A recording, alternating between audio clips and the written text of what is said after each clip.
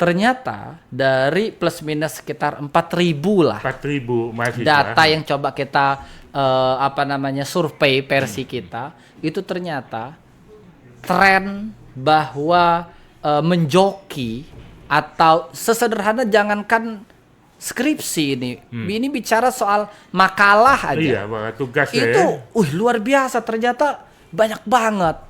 Dari 4.000 itu mayoritas datanya itu sekitar hampir 63% lebih itu pasti sudah pernah pakai itu jasa itu.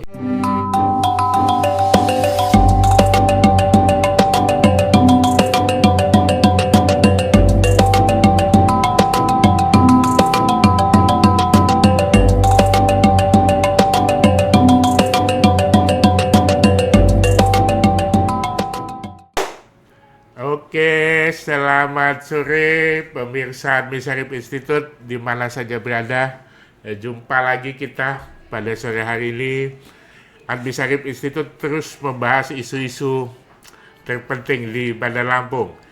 Dan juga seperti biasa ya, narasumbernya nggak kaleng-kaleng. Nah, hari ini kita kembali bincang-bincang dengan Bang Saipul, CEO Lampung Cerdas, yang kita tahu ini jadi CEO terbaik Asia di bidang pendidikan, dan kemudian juga kemarin mendapat Tekor Muri ya Bang Saipul ya. Selamat Bang Saipul. Selamat sore ya, hai tapi pun. Saya senang sekali nih ngobrol dengan Bang Saipul karena visinya jelas. Lampung Cerdas. Lampung Cerdas. Nah, ini visinya jelas, Lampung Cerdas. Bagaimana kita membawa Lampung ini, Lampung dalam tanda kutip, bisa menjadi cerdas, bisa naik kelas. Ya. Nah, hari ini Bang Saipul kembali nih, kita pengen coba membahas salah satu isu penting di kalangan mahasiswa, baik itu S1, S2, S3, bahkan juga dosen, yaitu isu jual beli skripsi dan tugas. Ya. Selamat sore Bang Saipul. Sekali lagi selamat sore ya. Ini terima kasih banyak ini sama Prof Admi sekaligus Admin Syarif Institute ini udah berapa kali ini. Mudah-mudahan Kiai nggak bosan dan subscribernya Admin Syarif Institute masih terus happy menyimak diskusi ini. Lampung Cerdas. Lampung Cerdas. Ya, siap. Jadi menarik juga diskusi kita ini. Agak-agak berat-berat tipis-tipis. Oke Bang Saipul, jadi kita tahu bukan rahasia lagi ya, salah satu yang menjadi momok dan hantu di kalangan mahasiswa itu adalah skripsi. Ya itu skripsi, dan saat ini karena beberapa mahasiswa itu mungkin mengalami kesulitan ya, sehingga muncullah bisnis jasa opportunity bagi pembisnis. Karena ada demand, ada permintaan, maka muncullah itu. Jadi ini bukan rahasia umum lagi, di Lampung ini sudah cukup sering kita mendengar banyak kawan-kawan yang menjalankan bisnis pembuatan skripsi, joki skripsi, joki tugas-tugas, dan joki juga saya dengar untuk yang program S2. Nah mungkin Saipul bisa lihat bagaimana perspektif kita mensikapi hal ini mungkin dari perspektif Lampung Cerdas. Saipul coba diskusi ya sifatnya ini ya. Jadi kalau dilihat dari latar belakang sendiri kan Saipul memang di Lampung Cerdas, secara core bisnis itu memang di education. Bahkan secara 80% aktivitas kita itu memang berjibakunya dengan pelajar dan mahasiswa. Betul. Nah, yang menjadi menarik juga ini pembahasan. Jadi kayak Allah pertemukan gitu ini diskusi. Beberapa bulan yang lalu kita sama-sama tahu bahwa ada tokoh lah gitu yang tiba-tiba itu, dan pada akhirnya itu menjadi satu ketertarikan lah buat kami di kantor ini. ada opportunity juga nih bagi kita sebenarnya kalau mau misal S3 gitu Ya, dalam durasi yang lebih cepat ya, itu ya, legal ya. atau apa gitu kira-kira Betul. gitu ya. Oke. Nah jadi akhirnya kita tertarik tuh coba analisa. Nah dari beberapa diskusi ada satu variabel bicara terkait dengan plagiarisme, bicara tentang joki gitu. Iya, iya. Nah jadi kalau kita lihat dari sisi perspektif bisnis, orang-orang yang terus hunter opportunity, ya bagi mereka kemalasannya mahasiswa atau peluang atau demand untuk jasa Dapat gelar ini, itu ya ya, itu jadi- opportunity banget. Tapi di dalam konteks kita berbisnis kan harapannya nggak cuman soal opportunity. Iya, Ini betul, soal betul, baik Mas, ya. atau buruk, Betul, benar betul. atau salah gitu kan. Nah, akhirnya kita dengan data kita yang ya kalau kita bisa sampaikan barangkali secara mahasiswa itu ratusan ribu lah data Iya. kita. Kita coba split data, kita ambil survei kecil-kecilan. Ternyata dari plus minus sekitar 4.000 lah 4.000 mahasiswa. data yang coba kita survei versi kita itu ternyata tren bahwa menjoki atau sesederhana jangankan skripsi ini bicara soal makalah aja Iya, Pak, tugasnya itu ya. luar biasa ternyata banyak banget dari 4.000 itu mayoritas datanya itu sekitar hampir 63% lebih itu pasti sudah pernah pakai itu Iya, iya, jasa iya, itu. iya. Akhirnya kan bagi kita ini bukan soal jokinya juga. Akhirnya kita telusurin kenapa sampai di titik ini kan. Berarti Kenapa kan ini? Menarik nah ini. ini kan Kenapa kok, ya kok ini meningkatnya? Apakah jadi kalau kita dari baca sisi buku Simon mahasiswanya? Sinek itu kan with why gitu kan. Artinya pertanyaan yang paling fundamental itu kalau bicara tentang circle-nya adalah apa atau what-nya. Yang kedua adalah how-nya, yang ketiga adalah why-nya. Why, ya. Nah, kita langsung masuk ke dalam proses diskusi tentang kenapa. Kok Nah, akhirnya mahasiswa ya kita jadi terusin begini? lah coba beberapa diskusi ke teman-teman. Betul-betul dalam proses ini satu males. Oh. Dalam proses nggak tough lah, nggak tangguh dalam versi kita itu anak-anak kebanyakan sekarang itu nggak tough, nggak tangguh. Kemudian yang kedua unsur males. Akhirnya saya pun langsung ingat ada satu penyakit yang nggak bisa diobati, yaitu males. Saya pun langsung sempat ingat bahwa ada ini versi Iya, diskusinya. iya. Saya pun banyak menemukan orang yang dulunya miskin, Iya, tapi dia bisa sukses. iya. Saya pun juga banyak menemukan orang yang maaf ini bodoh, tapi dia bisa sukses. Iya. Saya pun juga menemukan orang yang betul-betul dari latar belakang yang bukan siapa-siapa, dia bisa sukses. Sukses. Tapi saya pun belum pernah menemukan Sukses. orang yang malas tapi sukses. Itu belum ketemu. Nah, jadi itu satu. Jadi betapa kemalasan ini bahaya sekali ya. Nah, terus kita telusuri lagi variabelnya. Kenapa mereka malas? Dan ini udah kerangka yang panjang akhirnya gitu. Secara mentalitas, secara mindset, secara habit, secara lingkungan. Iya. Itu betul-betul mempengaruhi.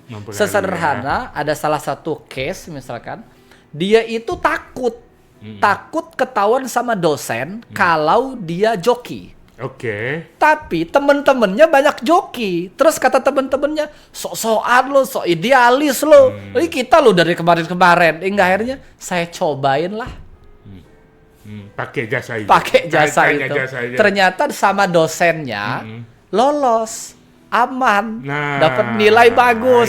Mulai dari saat itu tuh. Itu gimana tuh ya? Maksud gimana ya kalau udah begini nih ya? Itu berdasarkan coba kita diskusi ya dengan teman-teman mahasiswa. Saya menarik sekali loh ya. Jadi ada sisi juga dosen. Kebetulan saya juga dosen Ya. di Universitas Lampung ya.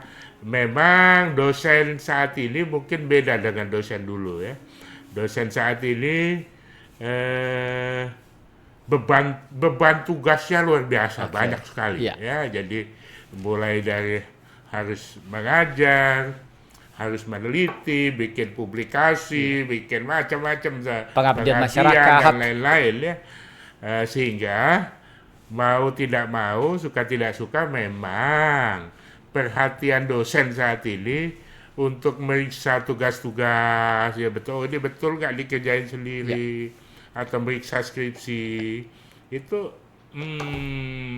berkurang yang signifikan. Jadi kalau tadi Dik Saipul bilang dicoba, dikasih ke dosen, ternyata lolos, saya yakin itu betul ya.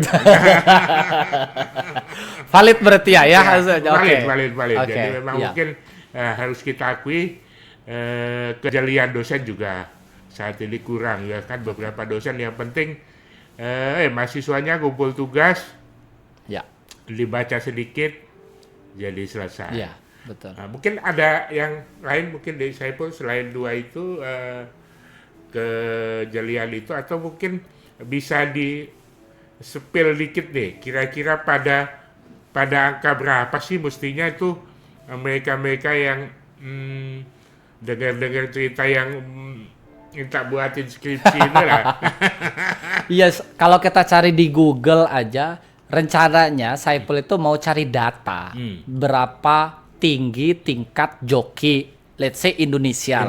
Tapi ketika kita cari data, misalkan data joki kuliah di Indonesia, yang muncul itu bukan data itu ya, yang muncul itu press list jasa joki, dan itu banyak banget.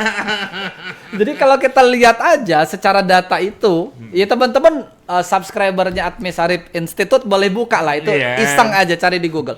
Itu muncul ada yang 1.500.000 ini skripsi sampai 3 jutaan ada. Kalau cuman sekedar tugas-tugas makalah, 100.000 kali ya. Di bawah itu ya. Kalau tugas itu cuma sekedar makalah gitu-gitu, itu mulai dari 30.000 ya. 30. Iya. Dan ini menarik. Kebetulan juga beberapa waktu yang lalu ketika diskusi ini dia bilang, Bang Admi sosok nggak tahu. Padahal jokinya itu murid Bang Admi juga di situ. Saya bilang siapa dia? Ya dia kasih tahu ada satu tempat di Bandar Lampung ini yang menerima tugas pembuatan skripsi. Jadi untuk proposal itu 3 hari, untuk full skripsinya 1 bulan. Kalau tesis 2 bulan jadi. Wah, saya sangat kaget, tapi ternyata memang betul-betul luar biasa ya. Jadi harus jadi perhatian kita juga, perguruan tinggi khususnya ya. Jadi, bagaimana? Dan ini kalau Saipul lihat sih data ini kita nggak bisa cuma bicara Bandar Lampung dan Lampung sebenarnya. Ini Saipul pikir seluruh Indonesia nih kayaknya fenomena ini mayoritas pasti ada yang begitu. Nah jadi kalau ini memang dalam prosesnya, artinya ada beberapa hal yang coba kalau kita teruskan dalam tataran menganalisa, berarti kita coba kembali bertanya, apakah ini bisa dicegah atau tidak? Berarti kalau jawabannya ini bisa dicegah, sistematis dan prosesnya seberapa lama dan seperti apa? Sistematisnya seperti apa? Potret betul ya dari SD, SMP, SMA sampai dengan kuliah. Mereka memiliki tanggung jawab dan kejujuran itu. Iya, itu kalau yang pertama, kalau nggak bisa, ini kalau bisa diubah. Terus pertanyaannya, ini nggak bisa diubah dengan kecanggihan teknologi, kemudian keluasan informasi, ini nggak bisa dirubah. Jangan-jangan bukan siswanya yang dirubah, tapi skema dosen memberikan tugas itu yang diubah. Sesederhana, kita kan punya program ya, pendampingan 6 bulan, 9 bulan, itu kita berikan materi. Nah, skemanya adalah kita itu bukan lagi di beberapa case itu kita misalkan ada ujiannya gitu. Ujiannya itu bukan kita kasih soal mereka jawab. Di beberapa case kita berikan mereka kesempatan untuk membuat 100 pertanyaan. Buat jadi, pertanyaan sendiri, iya, jawab buat sendiri. Pertanyaan sendiri. Lalu dalam prosesnya, yaudah dia buat pertanyaan. Nanti kita lihat pertanyaannya. lalu kita tanyakan pertanyaan itu kepada dia. Karena biasanya kita itu kan, apalagi kalau Saiful pernah jadi mahasiswa juga, apalagi kalau sering ngikut seminar gitu. Sebenarnya nanya itu untuk berpartisipasi aja, di kepala sebenarnya udah ada jawabannya. Betul. Gitu. Jadi itu salah satu case yang pernah kita coba, bahwa guru atau dosen barangkali skema, kalau ini nggak bisa diubah nih, pengusaha yang bermain di sini istilahnya udah banyak banget nih. Berarti kita ubah cara pemberian tugas. Bisa jadi kita ujiannya nggak memberikan soal, tapi mereka yang diminta untuk itu salah satu case. Dalam proses ini barang pasti, dan saya sangat yakin dosen-dosen Indonesia dalam hal yang lebih khusus barangkali Prof. Admi jauh lebih kreatif lah dalam proses mungkin, itu. Ini juga sih, saya sepakat sih, artinya kalau ini memang ya mohon maaf kita bilang skripsi tesis ini justru memperburuk hasilnya gitu ya, dikerjakan dengan tidak jujur, mungkin juga saya sepakat kita perlu cari cara lain, Skema mungkin lain, bentuknya misalnya apa yang sudah dilakukan oleh UT, Universitas Terbuka, itu kan dia bikin report, bikin ini. Betul.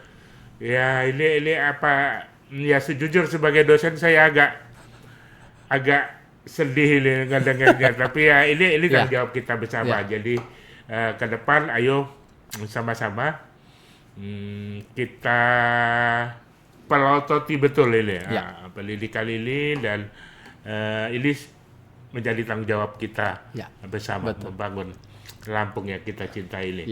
Betul. Saya kira itu dulu mungkin di Saiful. Terima kasih banyak untuk diskusi yang menarik ini. Jadi masih banyak sebetulnya, tapi nanti kita simpan dulu untuk diskusi berikutnya lagi dengan topik ini. Terima kasih. Sahabat Administratif Institute, terima kasih. Wassalamualaikum warahmatullahi wabarakatuh. Waalaikumsalam warahmatullahi wabarakatuh.